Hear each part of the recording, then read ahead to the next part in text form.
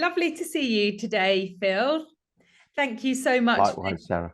joining me on Scamp Stories today. You're welcome. So just to kick things off, it would be great if you could just give a little introduction to you and your background and your journey to becoming a speaker. I suppose when you look back at these things in your life, there comes a point where it becomes obvious that what you're doing now is exactly what you were meant to do. And in my case, that's certainly the case. And I think a lot of people can say that. At the time, while you're navigating through it, it doesn't feel very obvious. But I started off life having gone to university, and I joined the Royal Navy as an officer. I had a military career, and that took me to all parts of the world and taught me a lot of actually about leadership and goals and tasks and how to operate under pressure. And then from there, I many years ago now, I suppose it is, I left the services and went to become a financial advisor, and eventually set up my own financial planning business as an independent financial advisor. And I had a very, what you would say, almost an epiphany, almost literally, when I had a near-death experience, and suddenly was confronted with my whole life and asking myself, what do I really, really want to do with my life? And I was in my mid-30s by then, with 2 children, wife, mortgage, all of those things that made me a normal mid-30s sort of guy. And I collapsed and died. It wasn't so much a near-death experience, it was actually a death experience.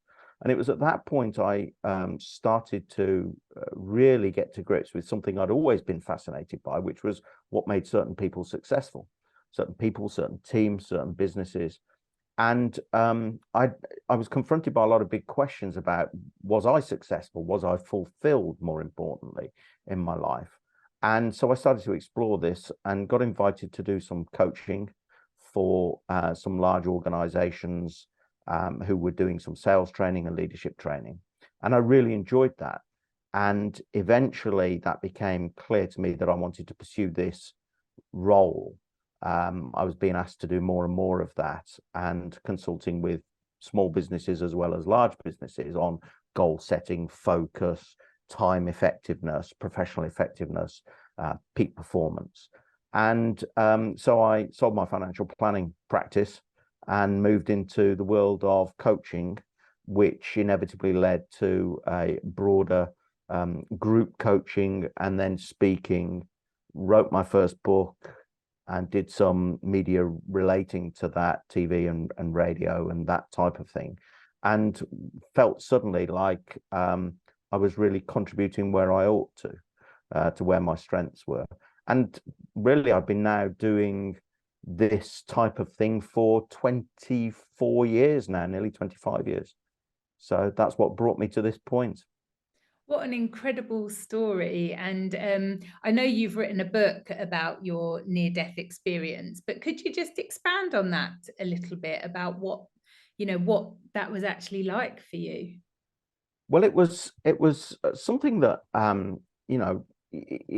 at the time it felt like it was all about the medical experience. So we spent ages, myself and my then wife spent ages then researching what could have happened, and the medics, of course, were doing the same, doctors, consultants, professors. I was doing tests on what could have happened. I had effectively this anaphylactic shock, which is like a reaction to something, as if you're allergic to something, but they couldn't find what that was. So I still carry EpiPens with me everywhere, and we still don't know what caused it. At the time, it was all about that, all about the mechanics of the moment. And it was only really during the weeks and months that followed that I started to realize the enormity of the event, because as well as having the medical emergency, I do remember having the full white tunnel experience. And my third book, Reflections from the White Tunnel, is all about that, where I did descend through a white tunnel. And I remember everything I felt, everything I saw, everything I experienced and sensed in that moment, such that I can recall it just like it was yesterday. And it's it's one of those things where you start asking yourself big questions. I think most people have a significant moment in their life where they get a sort of moment of significant clarity, a singularity moment almost. And it was then that I started asking big questions of myself. The sort of questions I ask of clients now, such as, if you had a magic wand, what would you really wish for your life, your business, your career, your team, your everyday, because most people go through life thinking that they're just doing okay. I remember at the time I woke up on the pavement. I'd been having lunch in Edinburgh, near where I lived at the time, and had about a 40-minute drive back home. And my wife was driving me home, and I got this rash going on all over me, and I was tingling, and suddenly I just slumped forward, drew my last breath, and went down the tunnel, and woke up several minutes later with paramedics around me. And one paramedic looked me in the eyes and he just said, "It's okay, mate. You just died, but you're okay now." And I remember Wow. that to this day as being an extraordinarily powerful moment. And they tidied me up and got me to hospital. I was within 3 minutes of the Western General Hospital in Edinburgh, where it was just fortunate that it happened there and nowhere else. They were able to get to me very quickly. And afterwards, you start thinking, well, I'm okay now, but I now it's become a mantra that okay is not enough. We do really only live once, and that becomes a little bit trite to say. But I started to realize that for me, okay was not enough. You don't want to get to the end of it all and say, well, how was that? Well, it was okay. Who wants an okay life? We want something brighter and more brilliant than that. And I do think that almost life is a gift that actually is about more than that. And so my whole rationale, whether I'm working with individuals or teams or businesses or organizations or whoever, is how do you get something that's much, much, much better than okay? Don't settle for okay. Life, it's about choosing success. And your life, your business, your career is all a matter of choice. I love the way that you talk about that as a gift, because that was actually going to lead into one of my next questions, but you've already answered it as to whether you perceived it as a gift. Because I think you're right. I think in this modern world that we live in of constant turned on communications, I think we are so bogged down in the weeds of stress, anxiety. We have a mental health crisis that I think we're quite disconnected from the idea that this is about growth and learning. And you suffered something that very few people have and then come back from, a moment of extreme physical pain. I imagine that the journey back from it physically, emotionally, mentally was actually very challenging, but through that pain there was growth. So what are your thoughts now in terms of how you work with businesses and your clients to sort of almost move above the everyday stress to actually find the joy and the growth? Well, I think that you mentioned the word connection, and it's an interesting concept, really, because shortly after the experience that I had, I started work on what became known as the Nexus principles and the Nexus code, which is the subject of my next book. And Nexus, the word means connection. And what I discovered was that those people who ultimately are connected to a fulfillment of self, a fulfillment of potential, and a fulfillment of genuine purpose are the ones who are the most successful. Now we can view success in a number of ways, and some people view it just as achievement related or money related, but it's deeper than that. It's about fulfillment of self.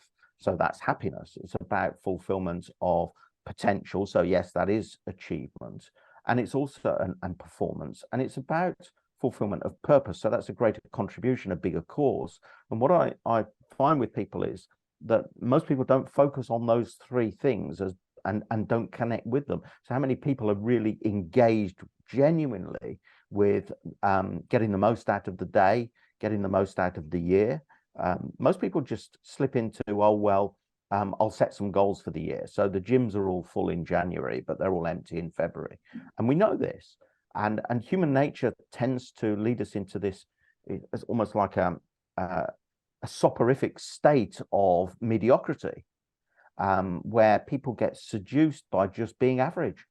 And I think that what I do when I'm working with people is to make people or help people realize that, there's better than that to be achieved. And even basic things. So all of my clients, I encourage to send me an email on a Friday afternoon, which is their highlights of the week. Because we as people, we tend to focus on what's going badly or what we didn't do well or what's troubling us.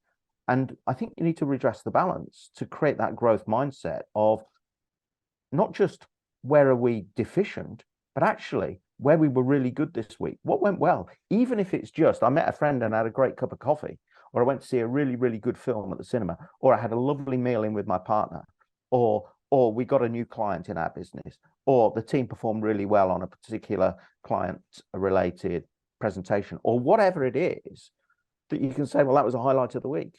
Because otherwise we end up focusing too much on the downward spiral. And we need to switch that and flip that script in our heads towards the growth mindset of, well, we are actually doing well. There's room for improvement. There always is. There's lessons to learn, and there's ways to move forward.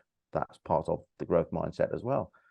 But even to the basic facts of saying, what have been my highlights of this week? And I also have always kept a journal, always, since 1980, when my teacher gave me my first journal, or 81, I should say.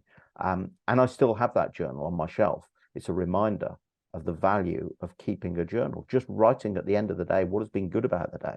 It's a way of processing. It's a way of kind of boosting us in a way, and creating a sense of significance that we're writing a life story and that we're in charge of that, and that, we're the people who are the authors. And I think that most people don't connect to that. They don't have that connection to a sense of purpose, a sense of significance, and a sense of direction, whether they be business people or employees or on a career path or whatever they might be. Now, I've coached all sorts of people. I've coached musicians. I've coached, all manner of people in life. And the theme has been the same. Connect to your brilliance, really. I think you raised some really interesting points there. I also am a real believer in the power of journaling. But equally, when you're running a business, you're so focused on what's coming next that I think often we don't spend enough time to look back and reflect. So when you're worried about cash flow or potentially losing a client, all these things that need to be looked at and addressed, again, you're very focused on the minute and the detail, whereas you can often lose sight of the bigger picture and how far a business, like any relationship or human, develops and changes and moves and adapts to the time. So I'm saying to you now, Phil, I run my own business and we're coming to the end of 2023, which is fair to say has been, let's choose the word turbulent. Big picture, small picture, it has been a really turbulent year. So as a business owner, looking forward to January, what would you advise me and businesses out there to be thinking about and looking at? Well, I think the first thing is, this word turbulence, it's very volatile, it's very turbulent. There's a lot of uncertainty around.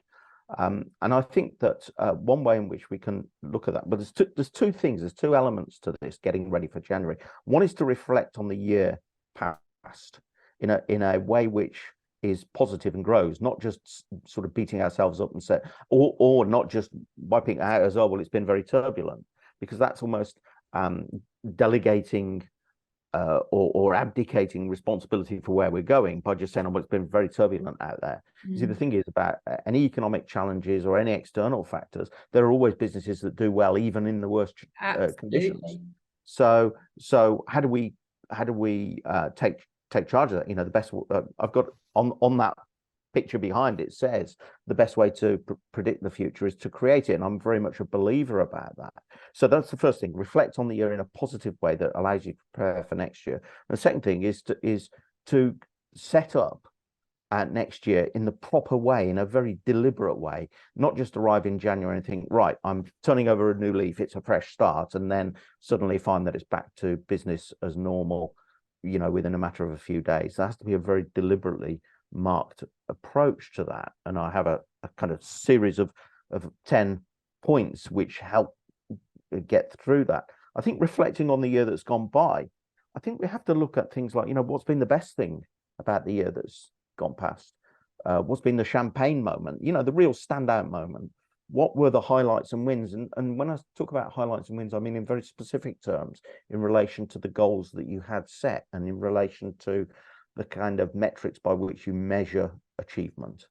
What were the lessons of the last year? What was the biggest lesson in particular of the last year? What have been the things that you are tolerating that you no longer wish to tolerate? As an example of that, I had someone the other day said to me, you know what? I'm tolerating the fact that my best shoes need rehealing. And it's been 6 weeks. And I said, well, stop tolerating it. You know, but equally, it could be something much bigger than that people are tolerating. They're tolerating something in a work relationship or a home relationship, or tolerating something within their team, or tolerating something in their key relationships with clients, or they're putting up with certain things. Some people are tolerating having appalling software, say, or a disorganized accounting system, or whatever it might be. So asking yourself, what are you tolerating? And then saying, what ground rules can you put in place that will remove that in the future? And finally, I think asking yourself, what needs to change in 2024, in next year, what needs to change, and what are you determined to change? And once you've got that and reflected on the year, that will give you a kind of bedrock of a sense that what you do next is important, and that you do have control over what happens next. And then to set out your goals for next year. And it's relatively straightforward. I mean, most people just do their goals for the year. But I think that it's not just about saying, oh, well, 2024 is going to be different, and here are my 6 goals for the year, or 26 goals, or 106 goals, or whatever people want to write. I have my own views on that. But it's about saying, what's my ultimate big long-term vision? Yeah. And what do I really, really want, based on what I value, based on my skills and strengths, based on what's important to me, based on my beliefs about the way to conduct my life? And once you get a clear vision of what that is, then you can start looking at closer to home, you know, in 3 years' time, where do I want to be? And when I'm putting up the Christmas tree at the end of next year, where do I want to be? You know, what do I want to have achieved within the next 12 months? And once you've got that clear, you can then ask yourself, how serious am I about that? Most people set goals that they sort of think that everyone wants to hear. Oh, well, my goal is to have a holiday in the sun, or £1 million in the bank, or whatever, or a new car, all that sort of stuff, or to achieve certain things. But very few people ask themselves, is that a genuine goal for me that I'm deadly serious about? And if it is, how can I turn it into a promise? Something that I promise myself, because we don't break promises. We often fail with our goals, or don't achieve our goals, but we don't break promises. So how do you take 3 or 4 goals for next year and say, right, that's a promise. That's a promise to me. I think that's great. And I think it also comes back to that point around connection, because I think there is now more of a trend in business, whether you're speaking to a CEO of a really small company or a CEO of a huge global organization, that we have to be more personal about this. Like, we have to start thinking about, what are your dreams, desires, hopes? What do you want your life to look like in 10, 15 years? Not your job role, but how do you want your life to be? Do you want to have more time to travel? Do you want to be learning new things, and sort of almost work backwards? Because I think we can just have too much focus, like you say, in these quite specific goals. Oh, we want to turn over another million next year. But what does that actually mean? What does that mean for you as a person, and therefore the organism of your organization? One of the things I love doing at all of my events, and when I'm working with individual clients, but also teams and groups and public events even, is something I call a fast forward conversation. So it's about saying, imagine here we are in 25 years' time. What do you want to be true about your life, your business, your career? Because that's what you're confronted with when you wake up on a pavement surrounded by paramedics. And some people don't ever wake up from that moment, which is, we all get one of those when we're not going to wake up. So it's about saying, what do I want to be true? Not just what do I want to achieve, but what is it about my life that is so important that I am willing to put my energy into making happen. Whether that be, some of it is financial goals, some of it is about growth of business goals, but some of it is about the way you conduct business, and more than people think it's about that. Some of it's about the way you lead as a leader or manage your team, or the way you contribute as a team member. It could be anything. But it's about the way you conduct yourself and the way you go about business. And the interesting thing is, the more aligned that is with that connection with your true values and the true direction you want to go, the more profitable you'll become.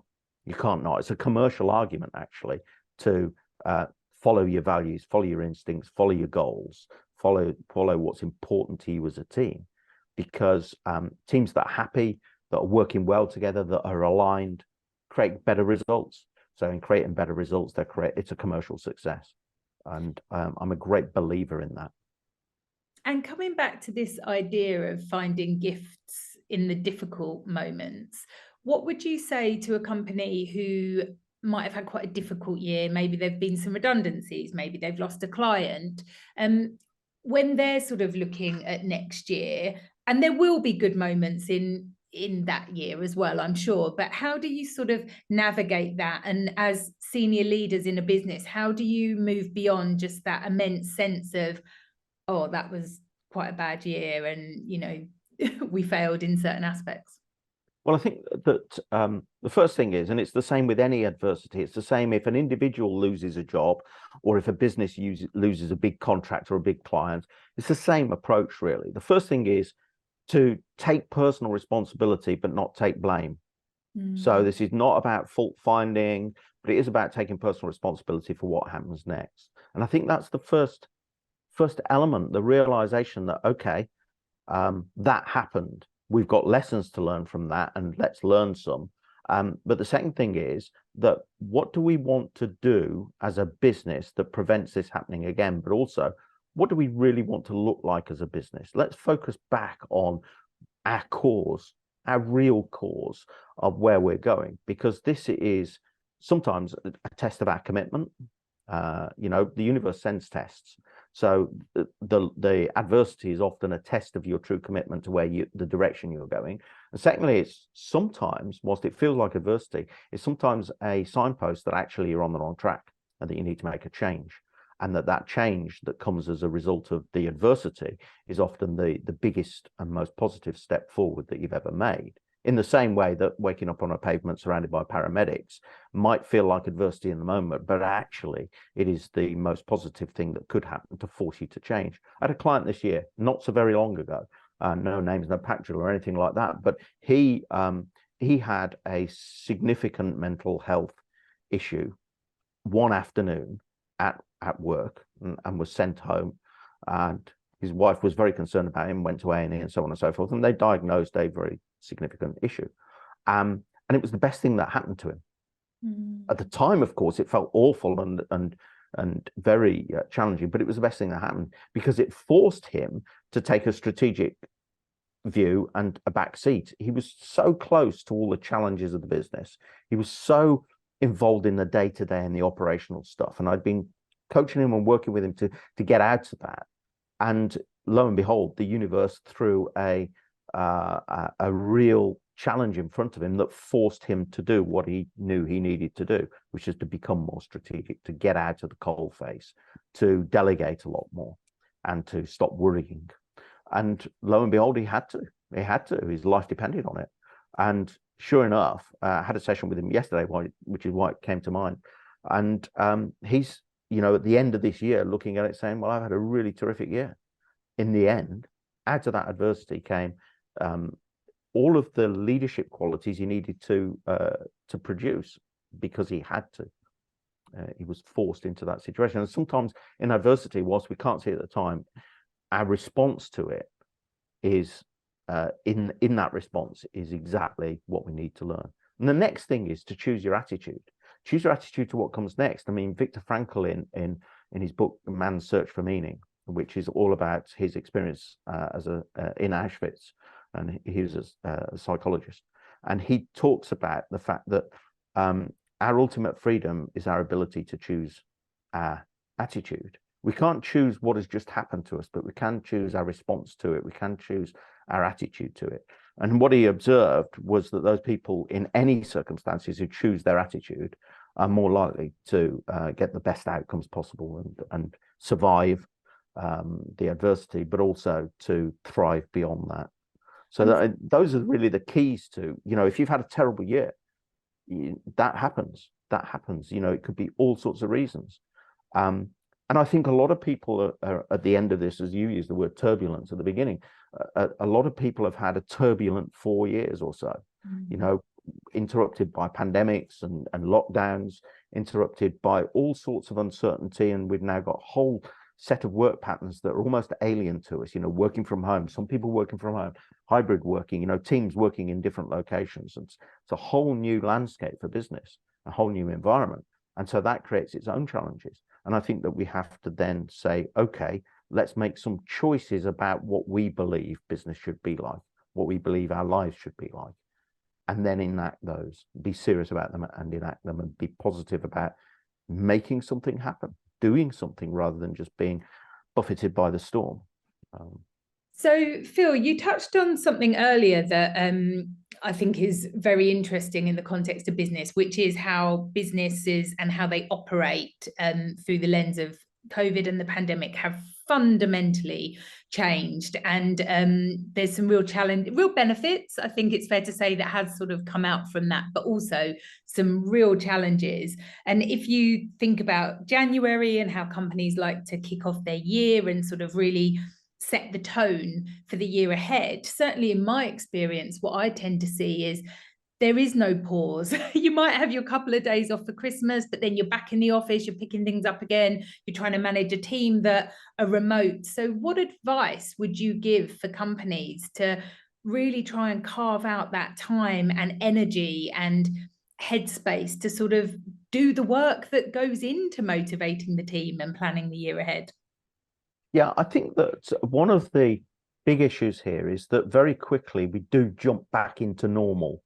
And we forget that we were dissatisfied with normal. Normal was okay at the end of last year, and we get back into it. And before we know it, we're back in the quagmire, in business as usual. And I think that the way in which to set the tone for the new year is to deliberately take space, to create space in the diary of everyone to make a big, bold statement about what the year is about. And not just the year, but make a big, bold statement about what the future is about. And to get people re-energized and refocused on the genuine purpose of the business, the cause that you're fighting for, the cause that encapsulates everything that you believe about the way you deliver your brilliance to your customers and clients. And very few businesses do this. Very few businesses, and I believe this is at the heart of leadership, actually, very few businesses have the ability to stand up and say, this is what we believe in. It's almost like everyone ought to be getting the Martin Luther King, I have a dream speech from the CEO, from the managing director, from whoever the team leader is. That to the extent that people go away feeling like they're in the right place to make a big difference in the world, and that it's not going to be business as usual. There are some changes on the horizon, and we might even say at that session, this is what the changes are. And the funny thing is, most people will agree with those changes. Sitting in that room, people are feeling the same because they've experienced the same at the end of last year, which was, it was a turbulent year, it was a very difficult year, or I'm not happy with the way things are going. And many businesses don't grasp the nettle and say, right, let's draw a line in the sand and say, this is the way things are going to be from now on. This is what we believe in. This is the way we're going to do business. And what does that specifically mean about our goals for this year? What does that specifically mean about, more importantly, the bigger future, the big dream we have? And also, what does it mean about what we're going to focus on in the first 90 days? I've noticed that most businesses, or successful businesses, successful teams, successful individuals, work in 90-day chunks. So what is it you're going to focus on achieving, the big mission for that first 90 days? And that draws everyone together. It creates a connection within a team. So whether people are working remotely or not, they get a sense of a mission, a project. And I suppose the word mission I'm using here in the kind of military sense of having a very specific task to achieve. And that probably comes from my background. You know, you go on a mission, you deploy to a place to achieve a set thing. And I think that many businesses don't do enough of that. They don't lay out the stall clearly enough. And the irony is that people are crying out for that. Most people are crying out for really great leadership that lets them know exactly what's expected of them, lets them know exactly what the goals are, what the performance mechanisms are that are going to help us work on and achieve this goal. It's a natural state of human beings is to want to be achieving something, is to want to grow. In fact, it's a natural state of everything. You know, the natural state on our planet is growth. You know, if you're not growing, you're dying. And people want growth. They want to develop. They want to feel that they're moving towards something that is meaningful to them, a goal, a specific goal. I really like that idea, actually, because often when you're running a business, lots of the hard work that you're putting in now, you might not see the big picture tangible results for 1, 2, 3, 5 years. Whereas if you're setting your goals in 90 days, it doesn't need to be the double the turnover goal, because you're not going to do that in 90 days unless you've got an extraordinary business. So it's about giving tangible outcomes and tangible things that can be achieved. So yeah, I can really see how that would be of benefit. I'm going to think on that in my own. Well, I call these awesome special missions, 90 days, ASMs, awesome special missions. So awesome is that they have to be big, they have to be challenging. They're not just, oh, well, it's a little target to achieve. It's big and it's challenging. You should only have about between 1 and 3 of these at any one time. So big, awesome challenge, something that's going to be, wow, right, let's get on with it. The thing is, the second thing, the special element, is that it's something you'll look back on with some pride. You say, remember when we did that? It's a bit like, you know, remember when I wrote that book in 3 months? Or remember when, you know, someone might say, oh, remember I couldn't run at all, but I did a 10K within 3 months, or whatever it is. It's that sort of thing. And it's a mission. A mission is something in which you have to perform at your best. So, you know, in the military sense, it's like if you're breaking a hostage siege, you don't want to be Dad's army. You want to be the elite going into this. You can't faff around. It creates a sense of focus and urgency and professionalism around it. And I think when you set up 1, 2, or 3 awesome special missions for a 90-day period, it really does galvanize a team. It really galvanizes performance as well. And people buy into it. But if you're trying to unite a team around success, are there any missions that you would say avoid? Like if it was sort of, oh, we're going to win 5 clients, and then at the end of the 90 days, you haven't won 5 clients. Like, is there a way of doing this better? I think that one of the things that people misunderstand about goals is that goals aren't just a means of setting a target and measuring that and then saying at the end of the period, oh, we didn't make it, let's all beat ourselves up. Goals are about what you become. It's about the way you create super performance in people. And the funny thing is, if you set them the right way, in the most compelling way possible, you will achieve them. You know, has anyone ever failed when they put their whole heart, mind, soul, body, spirit, every ounce of energy, every ounce of time, every ounce of focus into achieving something? No, that's the natural state. The natural state of children is that childlike energy to achieve something, and people will go full out to do it. Where it becomes difficult to do is where we don't have the goal, where we don't set something big and exciting and compelling, and we operate in this quagmire of anonymous mediocrity. And that's where people just get fed up. And the other thing I found with this is that if you don't achieve the specific target in the 90 days, if you set the goal properly, you'll still have achieved more than you otherwise would. Your performance will have ramped up. The team will be more solid than it ever has been before.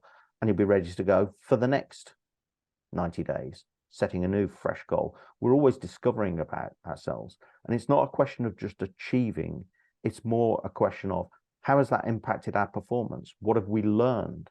How have we grown? What could we do better? So you'll achieve more than you would have done, and you'll learn a lot more, and you'll develop a lot more. So I don't think people should be frightened of these things. The challenge now, however, is that most people view goals as targets, and therefore as whether or not you've achieved them as a means of measuring and beating people up. And that's not what it should be about. I love that. Thank you so much for sharing. That's given me huge food for thought, both in my personal life and my business. One thing I'd love to get your thoughts on is the buzzword strategy. Everyone wants to strategize. Everyone wants to talk about strategy. But personally, I feel like it's completely misunderstood in many, many ways. Do you have any experience or thoughts on that? Yeah, I think that it is a misunderstood and misused word, such that it's become so broad now that it's almost lost any meaning. My view on it is that there's three layers in everything we do. The first layer is a strategic layer, there's a tactical layer, and there's an operational layer. Too many people get just focused on the operational, which is the day-to-day. A lot of people get on focused on the tactical, which is how we're doing what we're doing. But the strategy is more about having a outline master plan of how we're going to get to where we want to get. And it's about setting out that where, that why we want to get there. It's about all of that. And my belief is that if you're running a team or you're running a business, you have to keep polishing that vision and keep your mind on that master plan outline of how you're going to get there.